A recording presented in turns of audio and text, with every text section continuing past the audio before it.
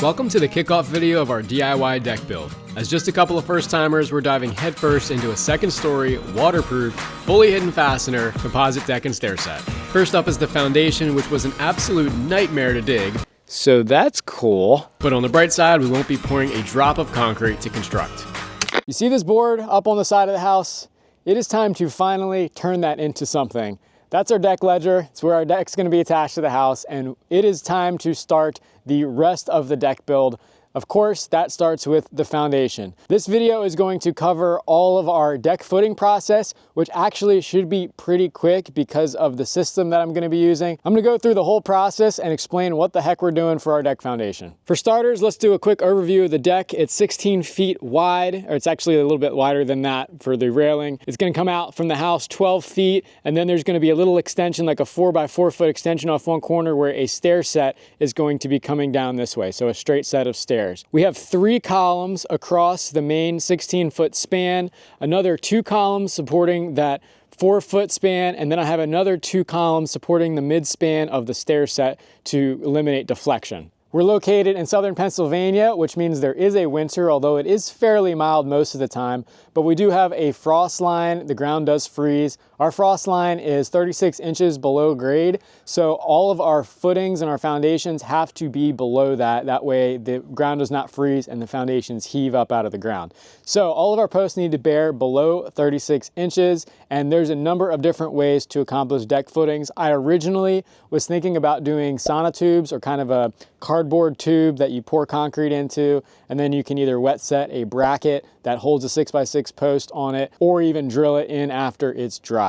However, the problem with this is I really hate mixing concrete, and there really wasn't enough for these few footings to like bring in a truck for it. So I decided to look into other alternatives and settled on this. These little guys are called permacolumns, and I first heard about this actually watching, I think it was either RR Buildings or Marshall Remodel, now Mr. Post Frame. These are precast, high density concrete footing columns essentially, and they have a steel bracket integrated in them. Here's the label on that. They make these for all sorts of different applications, mainly post frame buildings, but these ones in specific are sized for a 5.5 inch width pressure treated column. So a normal 6x6 will go in between this bracket. These things are not light. They're probably about 100 pounds a piece of solid concrete and steel.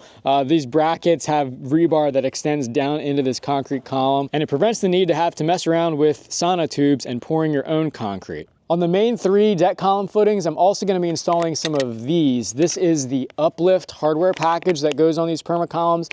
All it really is 2 pieces of, I think it's aluminum angle that gets bolted through the column. That way when you backfill it, the one leg of the L is sticking out from the column, and it provides uplift resistance so that column will not pull up out of the ground. So I think this is mainly a concern in high wind areas. I don't even know if I really need any uplift resistance. The weight of the deck and it just being anchored in, 3+ feet of soil probably would do the trick, but they were $20 a set, so I figured on the main 3 columns I might as well put them on to have some peace of mind, because we do get some decent winds here. We had a tornado touchdown last year, and this is a 16x12 wind sail that we're attaching to the side of the house. So I thought it would be better safe than sorry. Maybe I should put them on all the footings, but it was another $80 to do it, and the little footings holding up the midspan of the stairs just did not seem worth it for what I was doing. Forgot to mention it earlier, these are the actual footings of the deck. They're just precast concrete cookies is what I call them.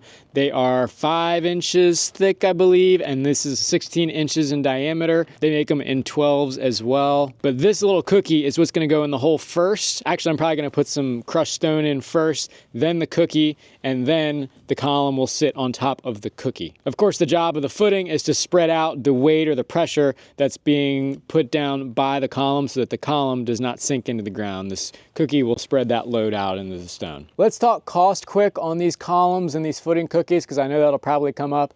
It is definitely more expensive than doing the sonotubes. The columns were about $125 each, and then the cookies they're only like $10 each, so they're actually really cheap. And then that uplift bracket hardware was $21 a set or something, so like $60. All in all, these columns, I have 7 of them, 7 cookies, and the uplift bracket hardware was like after tax, like almost $1,100, I want to say.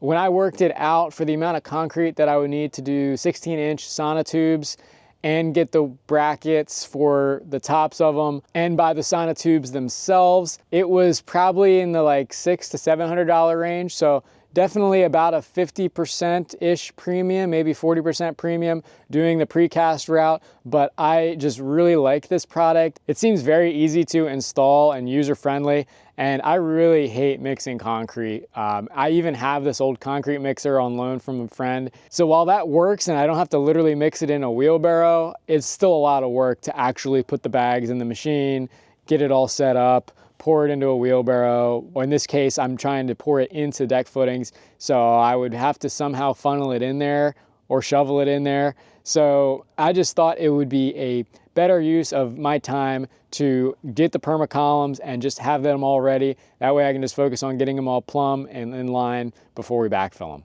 So the first step is actually measuring out where the heck these things have to be. We have 7 posts here. They're really barely symmetrical at all. We have a couple different lines going on. I need to be able to lay out where the heck they are. They're all going to be measured relative to that board up on the wall. So to get the rough points on the ground, I'm just going to touch a level to the end of that, my big 8-footer, bring that down. That way I can get a good mark on the ground to measure from.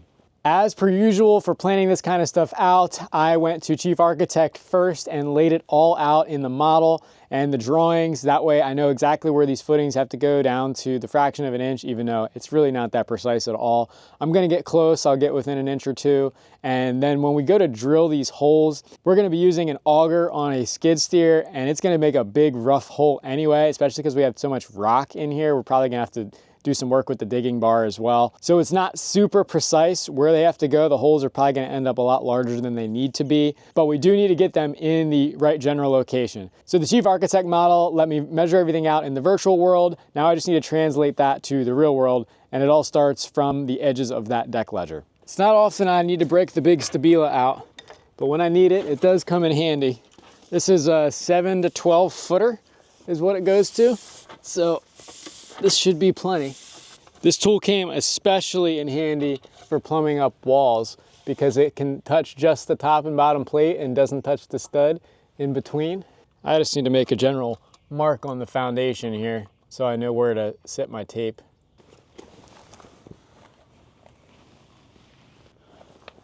Perfect. So there's my reference mark. I've got one at each side of the joist down on the foundation. By the way, you won't be able to see that little strip of parge once this is all done. We're gonna backfill with a little bit more stone, put a layer of non-woven fabric, and then put river rock on top of it. So that is just temporary if you're wondering why the bottom of our stone wall is so bare. But now I just need to take those reference points and translate them with my diagram here. The points that I just marked are straight down. Oh my gosh. What the? George! Oh, this is just a funny video of George. We took in the camper. On my diagram, here's my deck. Here's the house joist. Those points are right here where that deck ledger ends and meets the wall in the house. The first thing I need to do is mark out our main 3 footings here. Those are, the center of those footings are 10 foot 1/4 inch from the wall. So that's the first thing I'm gonna do is come out 10 1/4. Then I need to draw a straight line across there. The first footing is 16 inches from that end line. I go 6 foot 11.5 to the next one in the middle. Another 6 foot 11.5 to the end one, and those should all be in a nice straight line. The foundation wall is flush with the OSB, my wall surface, my wall sheathing surface, which is what the deck measurements are all taken from. So I should be good measuring from the foundation wall itself. I shouldn't need to add any offset. I'm just gonna start by putting a little flag here. I'll measure out and use the line between these 2 flags as sort of the straight center line that my posts need to be on, but I don't know how kind of square that I came out from the foundation with my tape measure. So to kind of firm that up, I'm gonna pull a diagonal over to my other mark, and I know theoretically the distance between those 2 marks and the distance from the wall out to here. So the calculated diagonal should match up with that. If not, then I didn't come out perfectly square from the wall. The diagonal for this guy is 19 foot 4.5. So I got my steel tape. I'm just gonna pull that diagonally and see where I'm at on each flag. It's gonna be pretty rough. I'm probably close enough, but never hurts to sanity check. I got both flags within about 2 inches, 19 foot 3. That's gonna be plenty for the holes. Now I'm gonna go over from here, 16, that's gonna be the first flag, and 6 foot 11 something for the center, another 6 foot 11, and I should have my 3 deck footing locations out here marked out. Math all seemed to check out there. I'm gonna have 16-inch overhangs on this beam, or I guess you could call it a cantilever. This is right at 8.3.5, which is half of 16 foot 7 inches, my deck ledger length. So that is good. And then another 16-inch overhang here on the end. There's certainly a little bit more wiggle room in these deck footings than in most of foundation and framing, because we can, shift the post a little bit on the beam. I'm not even close to being at the max span for this beam or the max cantilever, so that won't be an issue. But I wanted to take that diagonal measurement anyway to get them sort of shifted relative to the ledger in the right spot. I feel like the more precise you can be at the foundation stage, it just helps as you go up, and you're not trying to accommodate for any errors or anything like that. I've never built a deck before, so I mean, maybe I'm being too crazy precise about it. At least at the excavation phase, it certainly doesn't need to be this precise, but I figure why not give ourselves the best starting place possible, especially because it's the first time we've ever done this. That wasn't too bad. I got the rest of them laid out. Those two are the ones supporting the end of the deck. These two are the ones supporting the midspan of the stairs. I pulled out my reference flags here, so I just have the 1, 2, and 3 deck footings on the main span. And then I also pulled a measurement before I pulled those reference flags out to place where our slab is going to go. So I put one at 3 corners, and then my truck's in the way of the 4th. But I'm going to be relocating this little porch slab. This is just kind of temporary that we formed and poured this up during our concrete slab pour. We had some leftover concrete, and it's been a great little porch, but I'm going to use it as a stair landing because eventually I think we're going to do like a full patio over here. We're going to have something a little bit more custom for the step there. So I'm going to use that to land the deck stairs on. It just so happens to be pretty much the right size and shape and width, and it will go right here. Now, the only complexity of this is this guy right here.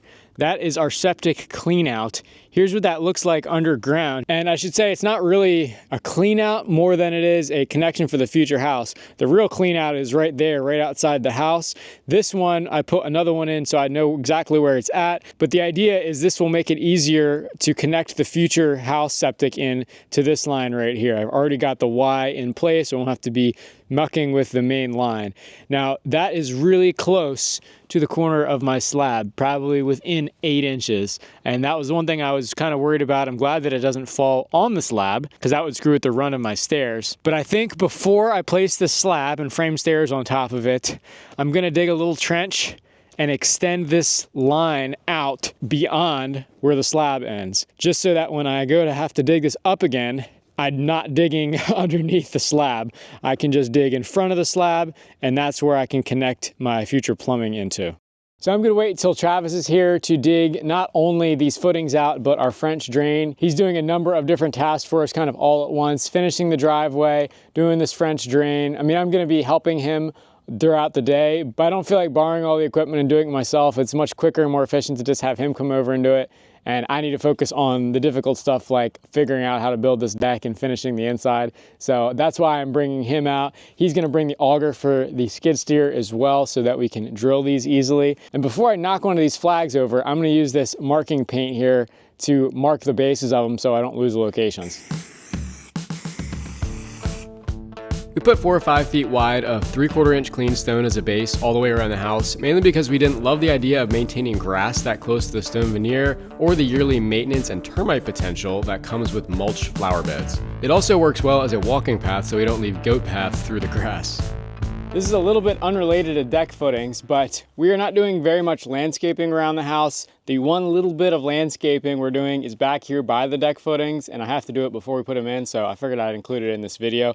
But I just wanted to show you what I'm doing here. I haven't documented much from the start of it. We got this river rock when we got our stone veneer from the same supplier. I'm only really putting this on the back side of the house. Of course, that side is going to be the addition side, so I don't really want to have to put them down and then tear them up again. The front side has the driveway there, so that's not getting any landscaping. And then this side has this garage door, so obviously I want to still be able to pull up through there.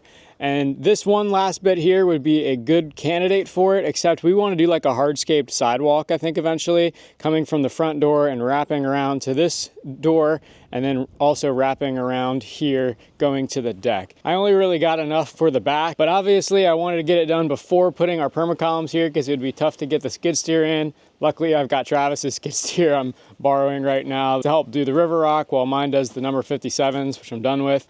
And then we had some leftover driveway fabric that I'm just going to use as weed barrier, so I rolled that baby out. This is some non-woven that's actually from the French drain. This is the woven stuff from the fabric. This is actually non-permeable. So I made sure when I placed the 57s that I sloped them away from the house. I actually took my level, made sure I had a good slope there. So when I place these river rocks, any water that hits this runs away from the house, not towards it. Placing these rocks was tedious, and I was also trying to imagine where our walking paths would be leading to the door, so I tapered it off as it got closer to the door.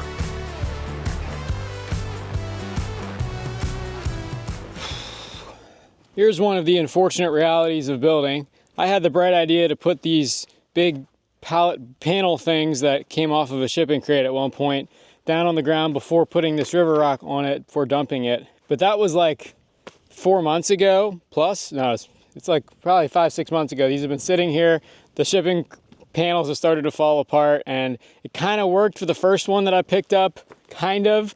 Obviously a lot spilled on the ground behind it, but it's really not going to work really at all for this other one. So I'm going to have to hand pick a lot of these off the ground, throw them in the bucket. This stuff is extremely expensive. I want to say it was like over $100 per ton, and I don't want to waste really a single rock. So I don't want to just let them mush into the ground and forget about them because they're so freaking expensive. So I'm going to spend 15-20 minutes here just straight throwing rocks into this bucket that I can then dump where I need to. That way they won't be mixed with dirt when I go to dump them, and I'll probably still need to shovel them out of the bucket where they need to go, but here we go.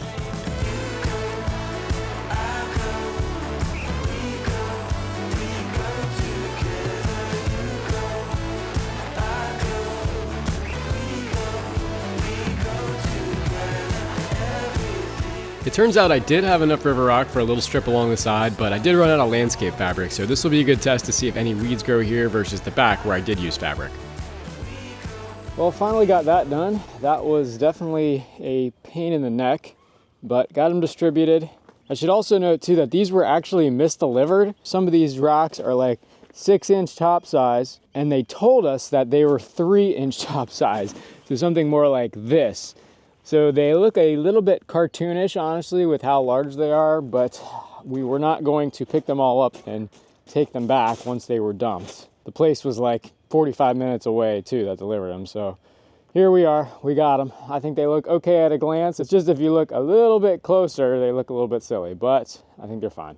The last thing to do before drilling these deck footing holes is to relocate the slab that was over serving as a back porch over there, and I've already forked it away from there. And I didn't film it, but last night I dug up where this septic outlet is, and it just had a little Fernco cap right off the bottom of that. I dug a little 10-foot long trench, and I put one stick of schedule 44-inch pipe in there to sort of extend that tie-in point to like out here.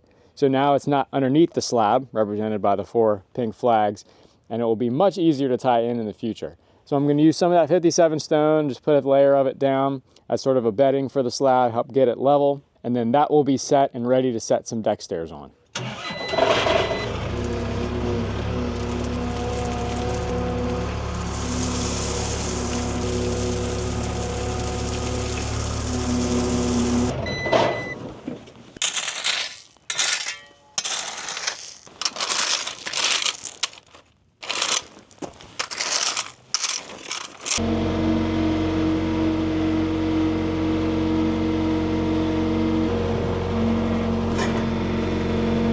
I think that's pretty darn close to where it's got to be.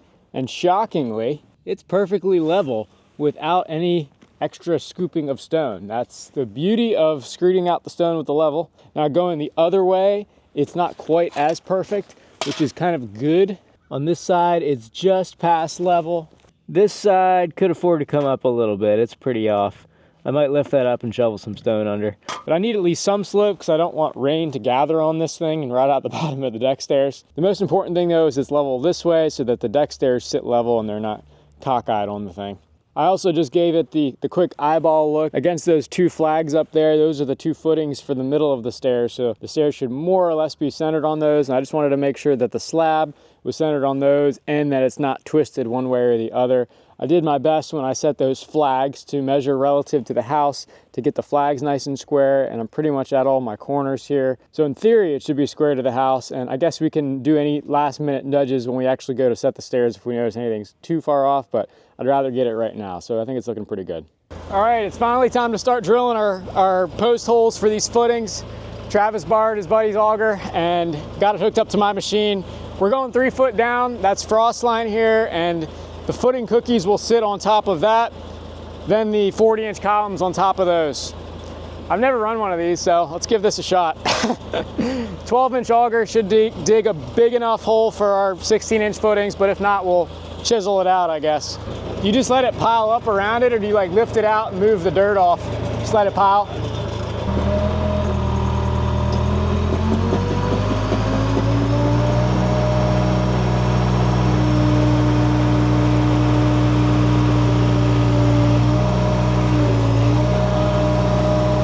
We might need to use your machine.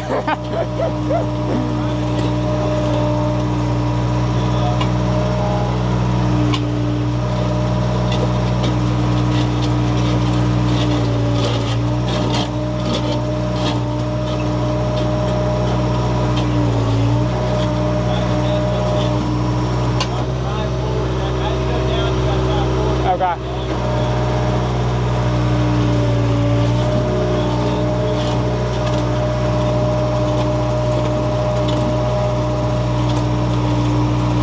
Doesn't like it. Oh my God.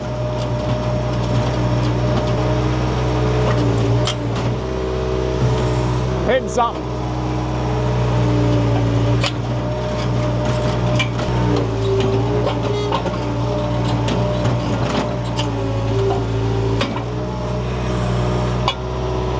See, maybe I can try to.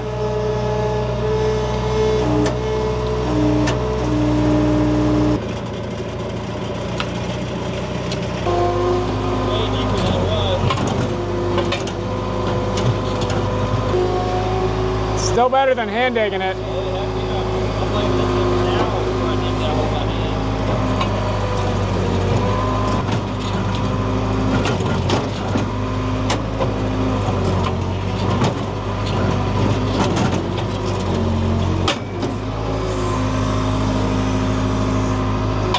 That didn't sound good. I think I broke the pins. Lost one. Damn it. Both of them go? I think so.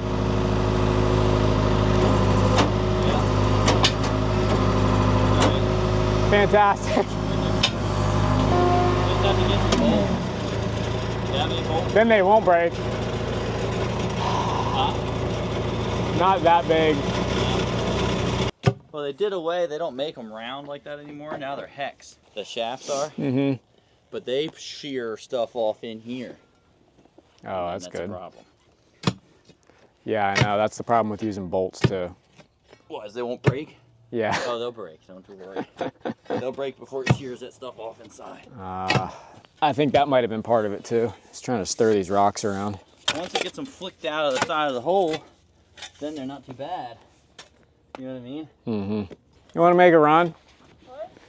We broke some shear pins in this auger. Beer run. Oh. Oh, you can get. You were just talking about beer last night too, actually. Could get beer at the same time. Yeah. Might have something at my mom's actually that could do it. Well, on the first hole we almost got down to 3 foot, and then we heard some loud cracking, snapping noises, and the shear pins that protect the hydraulic motor broke off. So we're gonna have to figure something out here. This is the only thing that I have even remotely close to being able to do this. It's a Simpson structural lag screw. We could try this. I really don't know if that's going to do the job or not, but it's what we got.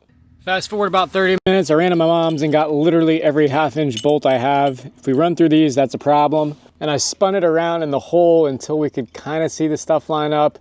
It is not looking very nice in there. Definitely some mangled metal. I can sort of see the edge of that spring pin. That's going to be real fun to drive at. And it looks like the auger has shifted upwards just a little bit too. So we're going to have to try to straighten it out with like a punch or something. Oh, geez. To lift it up off the ground a little bit. Yep, I think you're getting it. Yeah, this could have been a lot harder. Probably helps that it's a spring pin. Woo! Is that too big? Might be. Shouldn't be.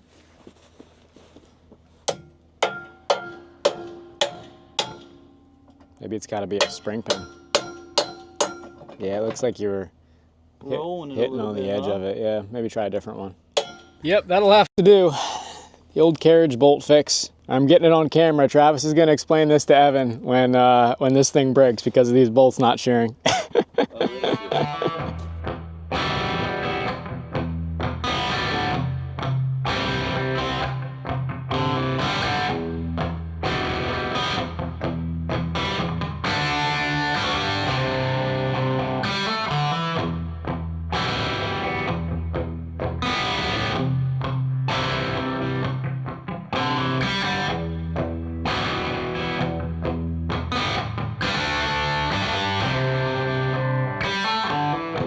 I found myself a situation.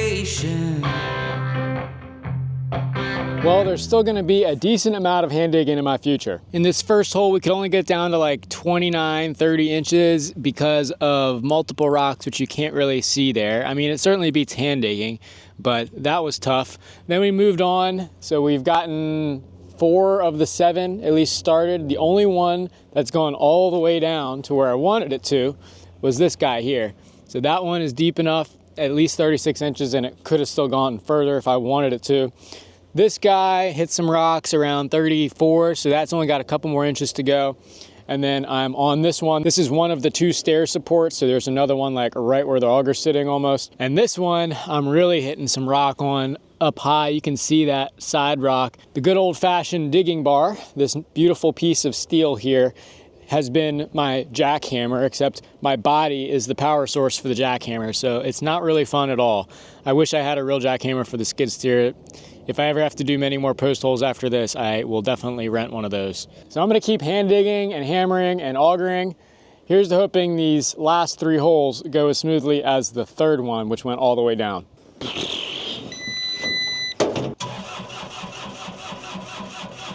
Oh, come on.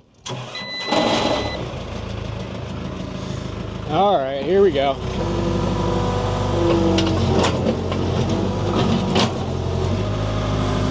Definitely tell when you hit a rock. Everything kind of comes to a screeching halt. Our new shear bolts seem to be holding up.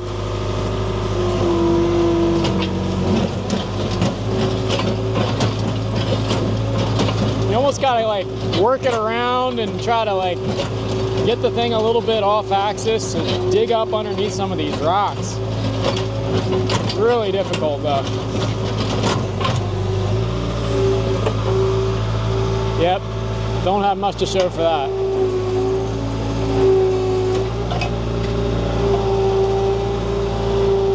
All right, I'm gonna give this one last go, then it's gonna be hand digging from here on out. My goal is to get where the bolts are, get that at ground level. That is about 36 inches to the bottom. So we're almost there. We're probably about 4 inches away on this one. Pulled up a little rock. I'm just spinning on something. There we go. Come on, dig, baby. Dig, baby, dig. Dig.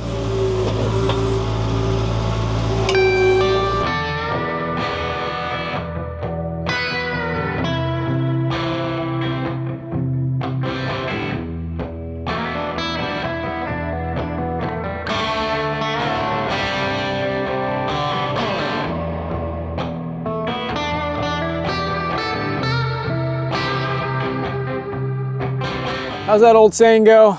If it ain't one thing, it's another. I'd say that's another.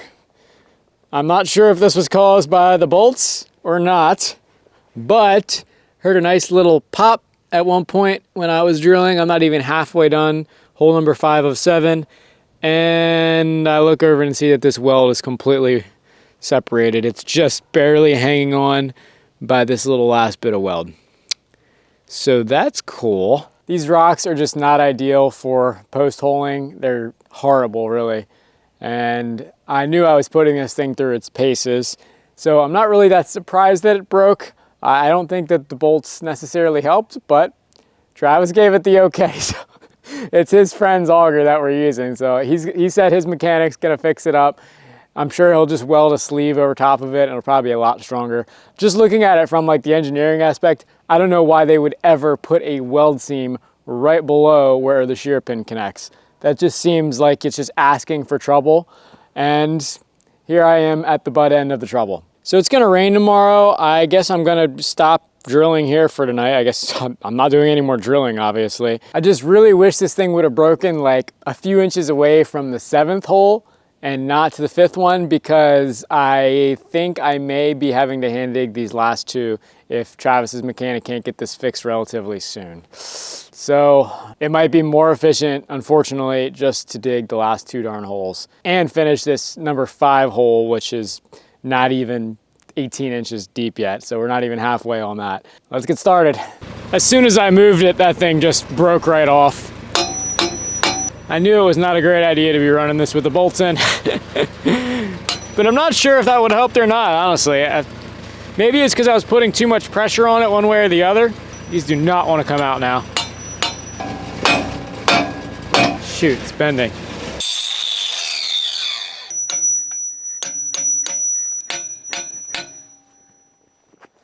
All right, I took the old auger back to Travis. He's gonna get it fixed. And thankfully, my old boss at the orchard has another one of these. This is a Bobcat brand with a 12-inch auger on it. And I borrowed his. I cannot break this one for sure because this one's even fancier. It's got a little hexagon bit and he's got a bolt in his too. So maybe it wasn't even the bolt's fault and just that I was not drilling in a straight line and it put too much stress on it. But I really can't mess this one up. So I'm gonna make sure that we are nice and gentle on this guy. Hopefully I can get down to the depth that we need, the 36 inches, and then open up the sides of the hole with the digging bar. We'll see. I was debating on hand digging these last 2.5 holes or so, but just figured if I have a friend that's got one of these things, I'm gonna at least get it started with this and try to save our bodies as much as possible by not just straight up trying to hand dig through dirt and rocks. So we'll see how this one does and give it a shot. So amidst several days of rain, I've gotten a little bit more of these post holes dug when I'm trying to battle the mud. You can see the old case is definitely in need of a bath, at least on the wheels. But this 12-inch auger is doing pretty well. I've just got these 2 more holes to drill. It's definitely allowed me to get a little bit deeper on some of them, but what happens is it sort of tunnels off kind of in the wrong direction. It's hard to keep it straight down, especially if there's a big rock like right there that's wanting to push it that way. So I'm gonna have to chisel that out by hand and finish the hole by hand. These are the 2 stair supports, and this guy really got shifted back this way because of a darn rock right there. So I'm gonna have to chisel that out and make sure that these are in line when it's all said and done. I guess this means to cue the montage for me digging with what I can with the skid steer and breaking my back doing a lot of chiseling with the digging bar. Wish me luck.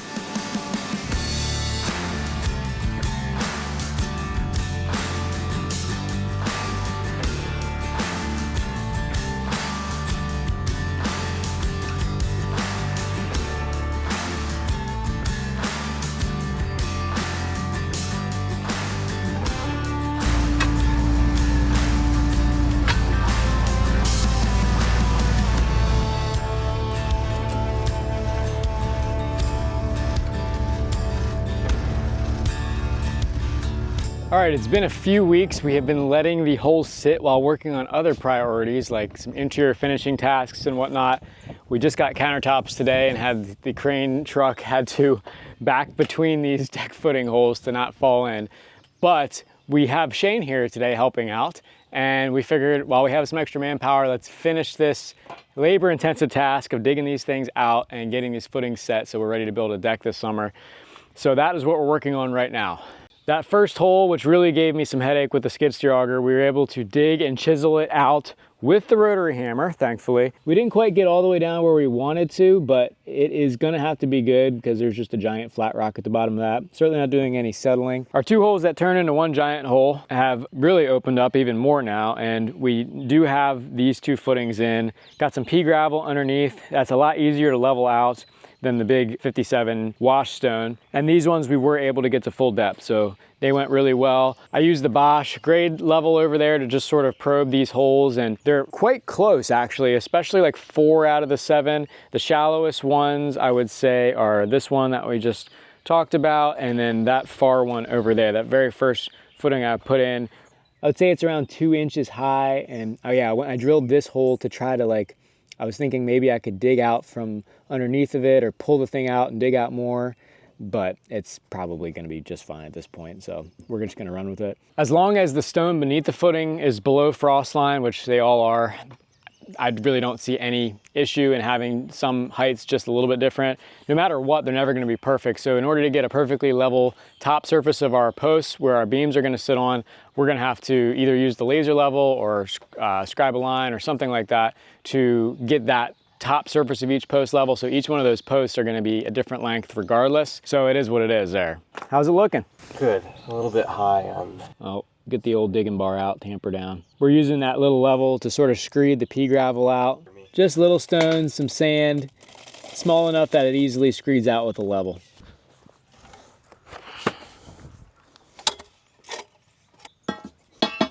It's like,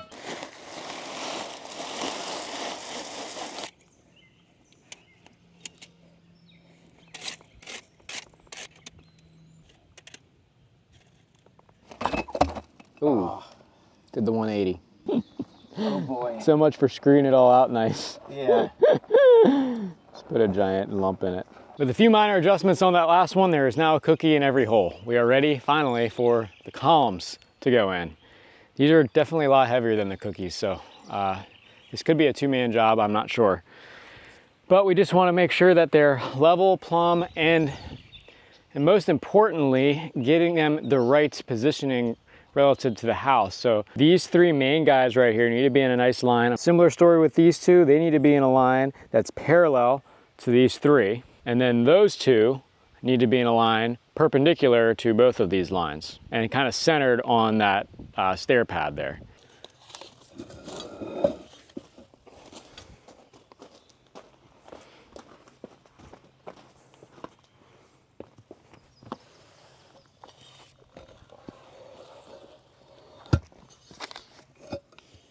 Okay.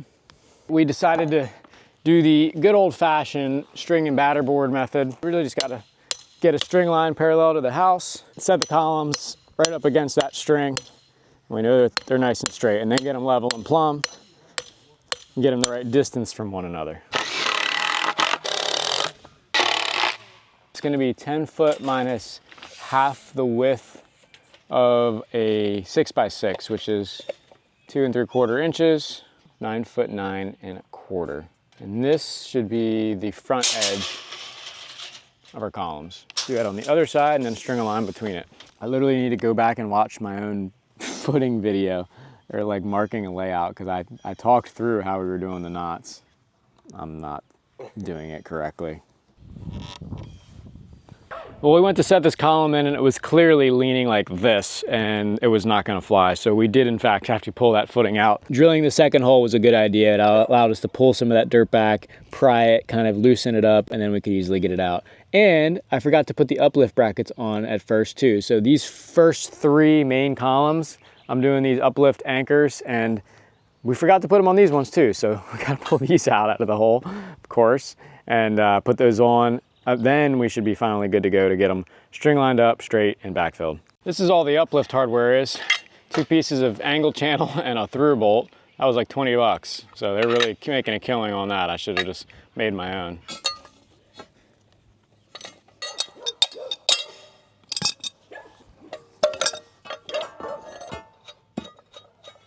That is one tough cookie. Hey, Alex. Hello. You gotta look at the camera. Who's that? Hello. What am I doing? I'm wrenching on something. What is this? What's that called? Alex is gonna teach her all the tools. That's a wrench. Can you say wrench? Alex.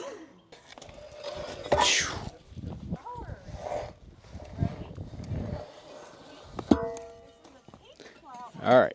Well, we got the uplift brackets on, I got the things back in the hole, string line set up, and everything seems to be going on the upswing now. That was definitely a lot of work to get the footing cookies in level. In the future, I'm not doing those. I'm pouring concrete in the bottom. Despite my hatred of pouring concrete, it would have been way easier just to pour it in there. It's already self-leveled out and good to go, ready, rather than getting all that gravel in there and stuff. But that's a good life lesson learned the hard way.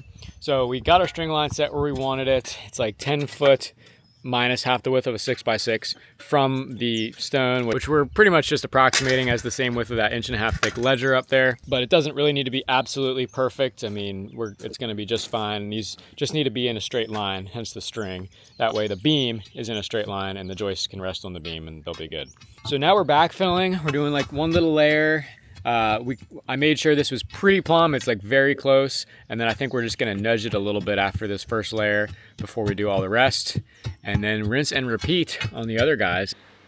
All right, we got not one, but two backfilled. A lot of dirt moving, and we're working on the third right now.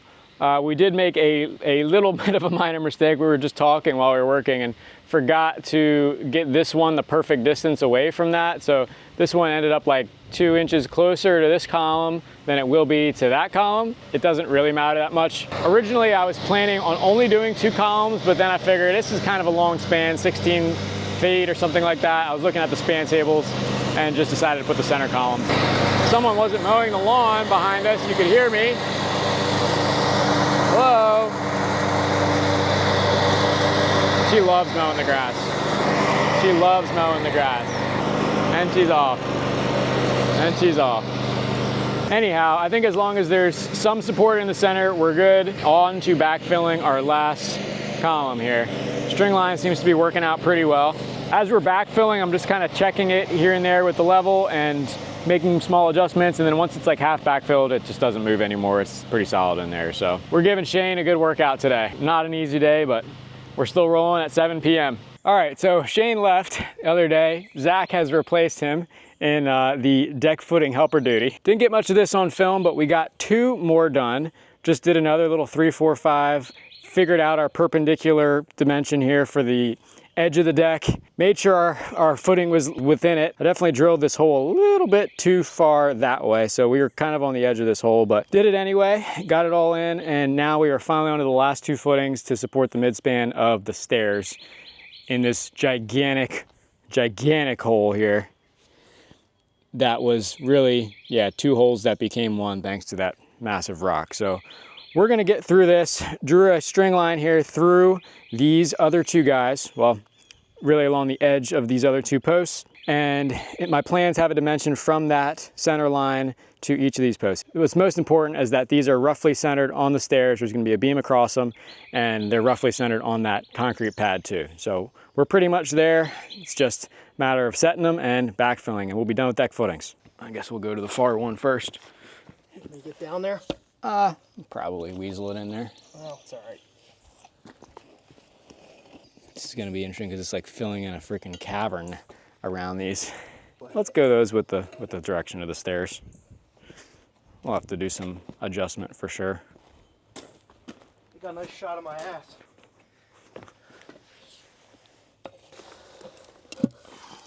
All right, now the challenge here is gonna be keeping these suckers in line.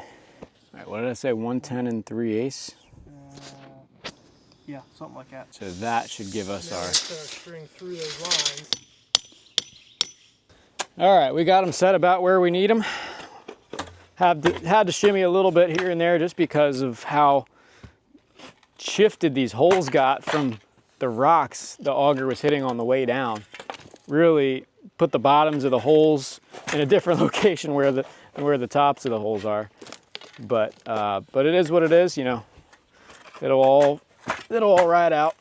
Hard part now is filling in this monstrosity of a hole. This is like 3 skid steer buckets worth of dirt. And once we get some dirt in here, we can slowly make sure they're plumbed up and stay that way as we fill the rest of it.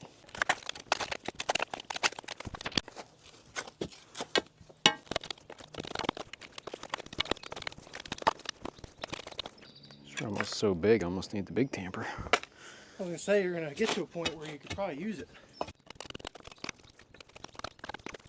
Now you got the shade. Yeah, thank God. Doing stone veneer out here last summer was just so hot in the afternoons. July, August. Well, luckily we didn't have to do anything on the south side. That would have been rough.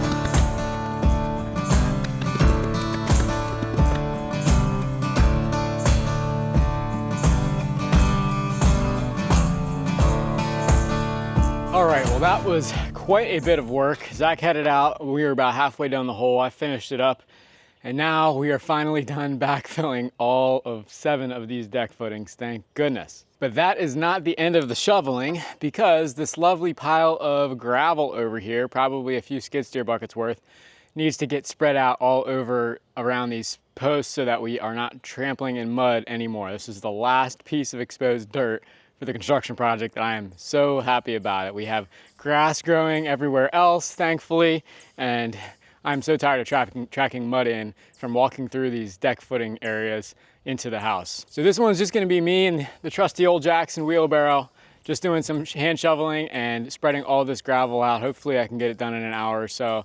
The sun's out now, so I'm already sweating, but gotta get it done. We're in the home stretch.